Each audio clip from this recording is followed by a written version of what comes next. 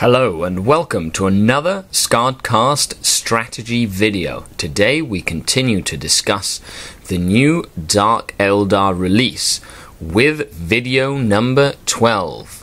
The use and role of Wracks within the Dark Eldar and Coven books. Stay tuned.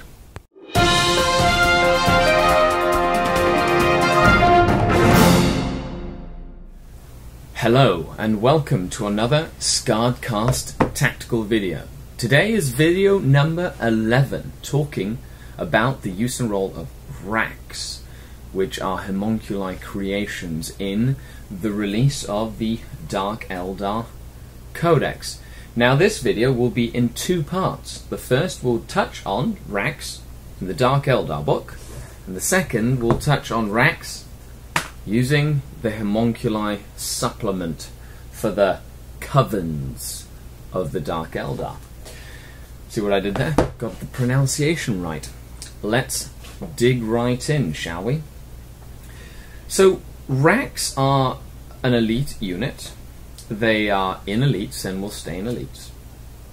And they do fit a particular role within a Dark Eldar force. They are abhorrent examples of their master's surgical skill, craftsmanship, cut apart, refashioned into walking instruments of warfare and torture. Each Wrack's sole duty is to serve his master, whether at the mortuary slab or upon the battlefield. In the Wrack's surgically enhanced frame lies surprising strength, and even terrible wounds are but an inconvenience to these freakish acolytes. In battle, they lay about themselves with sickled blades, needled claws, and silvered hooks, seeking to inflict the greatest amount of suffering upon their hapless foes in as short a time as possible. Perhaps the most sickening aspect of the Wracks' strange plight is that they choose this terrible fate for themselves. Most hope to transcend their previous lives entirely. A Wrack will endure almost any degradation in the hope that one day he may become a Coven Lord in his own right. So Wracks are pretty cool. They're like, helpers for the homunculi. And the homunculi alter them and get them greater physiques and add extra arms and limbs and hooks and stuff so they can carry stuff with them and just kind of help them around the lab. And on a real space raid, the homunculi will grab their Wracks and kind of take them with them to, I guess, inflict pain, test out new cool, poisons on their victims, that sort of stuff, just to kind of see the results, kind of catalogue it, I'm assuming. Gather prisoners, that sort of thing. So, let's go through the statistics. A Wrack is weapon skill and ballistic skill 4, so like most Dark Eldar, they're not farmers or guardsmen, they're well versed in the ways of war. They have a strength of 3, which is average for a humanoid creature, a high toughness of 4, same toughness as a space marine, with 1 wound and initiative 4, which means unlike other Dark Eldar, they are slower to react, so their initiative is a little lower. They do have 1 base attack and leadership 8, with a 6+ skin save, because their skin is rather tough. You can upgrade one of them to be an Akathist, which is a squad leader, and he is +1 attack, +1 leadership for the 10 points, as is normal. Each Wrack is 10 points a model, and they come in a minimum unit size of 5. So they're tough. They have decent skill. What makes them tick? Because right now, other than the toughness, they're not really super appealing. They're about the same cost of a witch. So let's see why we would take them. Because witches can be toughness 4 in 1/6 of every game. So they have a 6+ save simply for having tough skin. And they do come with 2 rack tools. Now rack tools are a melee weapon, and they are the strength of the user, so strength 3, and they're AP dash, and they are melee, and they're poison 4+. Okay, so just poison weapons. Instead of like a Cabalite that has a poison shooting weapon, a rack has a poison close combat weapons, and a pair of them at that. So remember, that adds an attack in close combat. So not too shabby.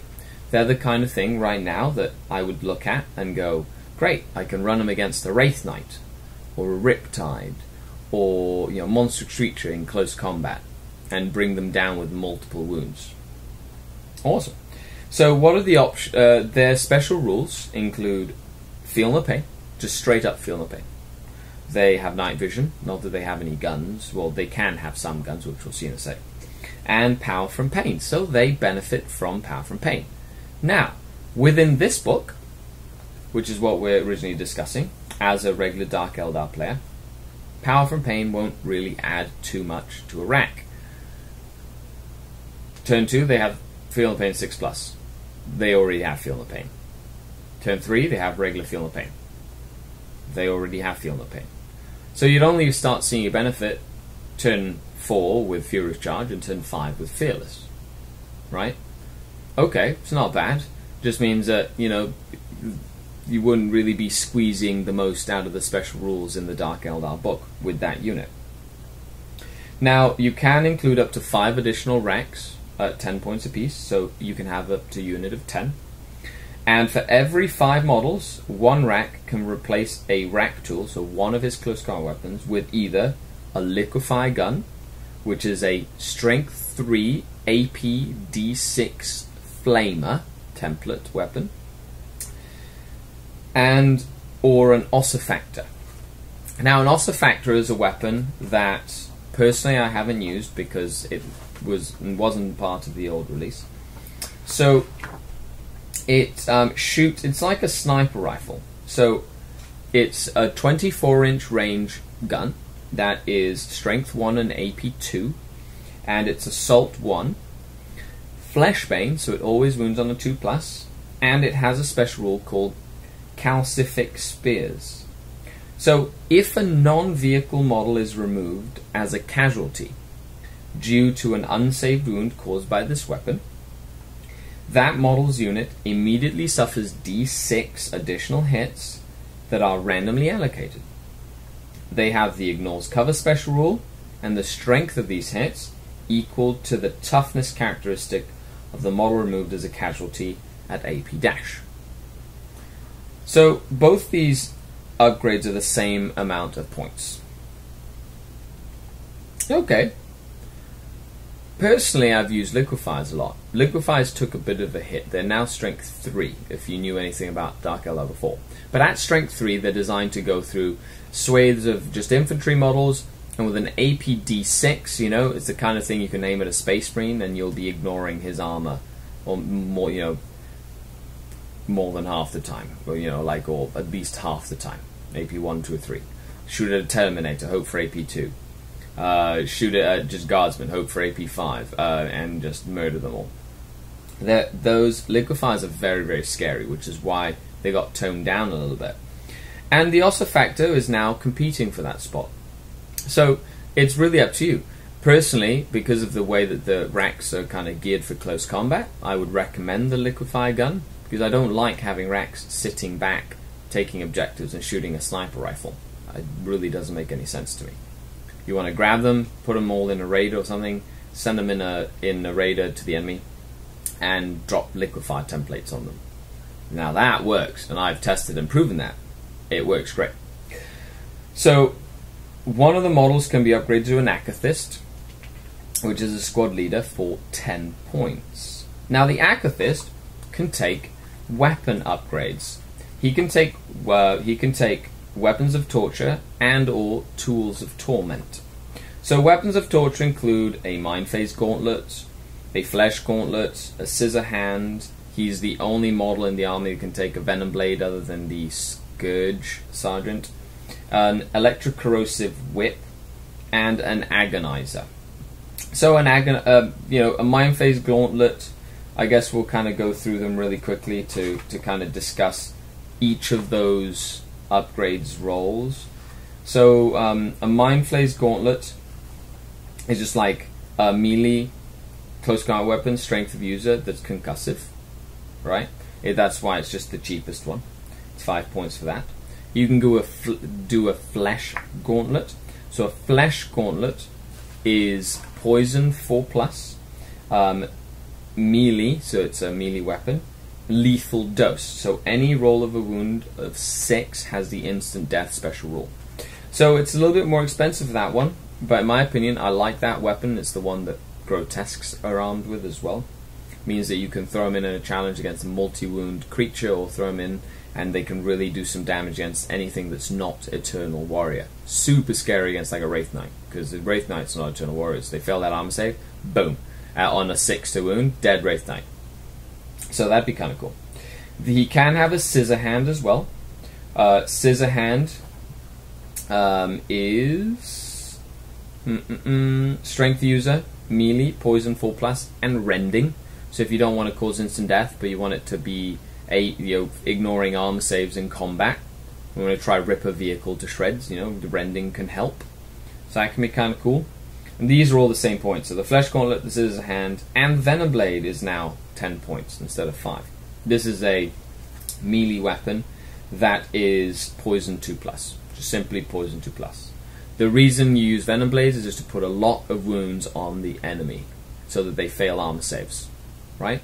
But now there's the same points as these other options. I really like the flesh gauntlet and the scissor hand. I think those are the go-to choice, in my opinion. Now you can get an electrocorrosive whip, which is twice the cost of either of the last 3, which is strength user. Now it is AP 3. It's melee and concussive and poison 5+. So it's still poison, it's concussive, so it's good against like multi-wound creatures and whatnot, except, usually if he's in a challenge or anything, he'll probably die before concussive even comes into play. So it's kind of hit or miss, really. It's the kind of thing you'd run up against like a Imperial Guardsman, that the initiative isn't higher, to kind of really knock him down a bit. And last but not least, he can have a good old Agonizer. Most expensive of the bunch, poison 4+, AP 3, melee weapon. Okay, it's not bad. I wouldn't use that. The flesh gauntlet and the scissor hand is probably my go-to choice with all those options, if you're going to run him into combat. Now, where it gets really interesting is that the Akathist can take tools of torment. So tools of torment are a stinger pistol, a hex rifle, or a liquefy gun. Wow. The stinger pistol is a pistol that's like poison 2+. So it's just simply designed to be a little pistol that does a lot of damage at range. It is AP 5, but it's like a fleshbane pistol. Nothing major, just one shot. I don't recommend it because you want to keep Wracks cheap and kind of geared for one thing. The hex rifle is another ranged sniper rifle with a cool special rule. So it is a 36-inch range, so it's the range of a sniper rifle. It is strength X with AP 4, but it is sniper, so it's wounding on 4s. And it's assault 1 instead of heavy 1, so you can move and shoot it. Now the arcane payload means any precision shot made with the weapon is instant death. So, on a roll of a 6 to hit, it has the instant death special rule. Cool thing is you can kind of pick where it goes to, because it's a precision shot with the sniper rifle, which is kind of cool. I've never used one. Now that it's cheaper in this edition, might actually see some use.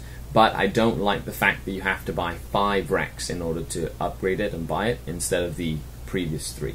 So you have to pay a 50-point tax, plus the squad sergeant, plus the rifle.